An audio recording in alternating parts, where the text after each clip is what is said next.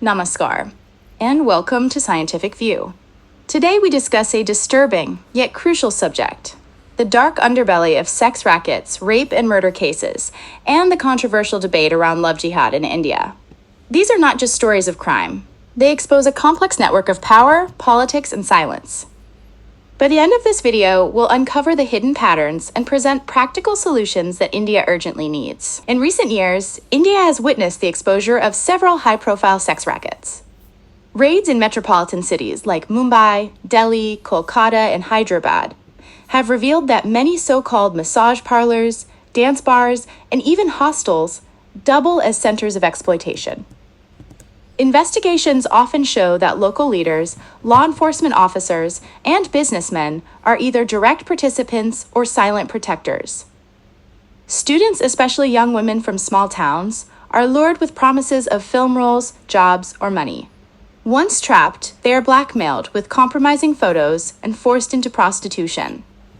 The shocking part is not just the crime, but the organized network that ensures silence. When a rape or murder case surfaces, it is usually portrayed as a tragic but isolated event. But the truth is often darker. In many high-profile cases, evidence has been destroyed, FIRs delayed, and families silenced.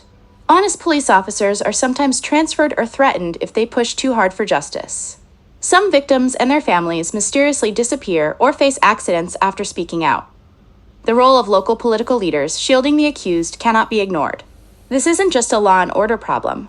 It's a systemic failure of accountability. The phrase Love Jihad sparks heated arguments across India.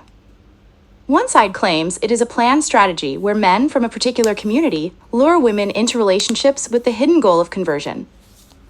The other side argues that the term is politically manufactured to spread fear and division. But beyond the debate, there are real human tragedies. Several young women have testified about being manipulated, isolated from their families, and pressured into conversion or exploitation. At the same time, many interfaith couples genuinely marry for love but face harassment due to blanket labeling. The question is not just whether Love Jihad exists, but how to ensure every relationship is based on transparency, consent, and safety. To understand why these crimes continue, we must look at the triangle of power: politicians, officials, and students. Politicians are often accused of using influence to protect culprits or silence victims. Officials, including police and bureaucrats, sometimes delay investigations or leak information to the accused. Students are not only victims, but sometimes drawn into these networks through blackmail or desperation for money. Together, this forms a cycle of exploitation that remains unbroken. Another painful reality is the silence of society. Victims are often blamed instead of supported. Families avoid reporting crimes due to fear of social stigma. Media sometimes sensationalizes cases for TRPs, but soon forgets them when the next headline arrives.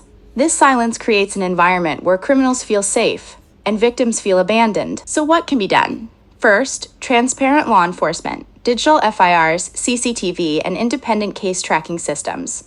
Second, independent investigative bodies. Cases involving politicians or senior officials must be handled by neutral agencies. Third, mandatory awareness in schools and colleges, sessions on cyber safety, exploitation, and consent. Fourth, fast-track courts and strict punishments. Justice delayed is justice denied.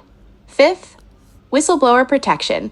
Society must value and protect those who expose rackets. Finally, community-based support systems.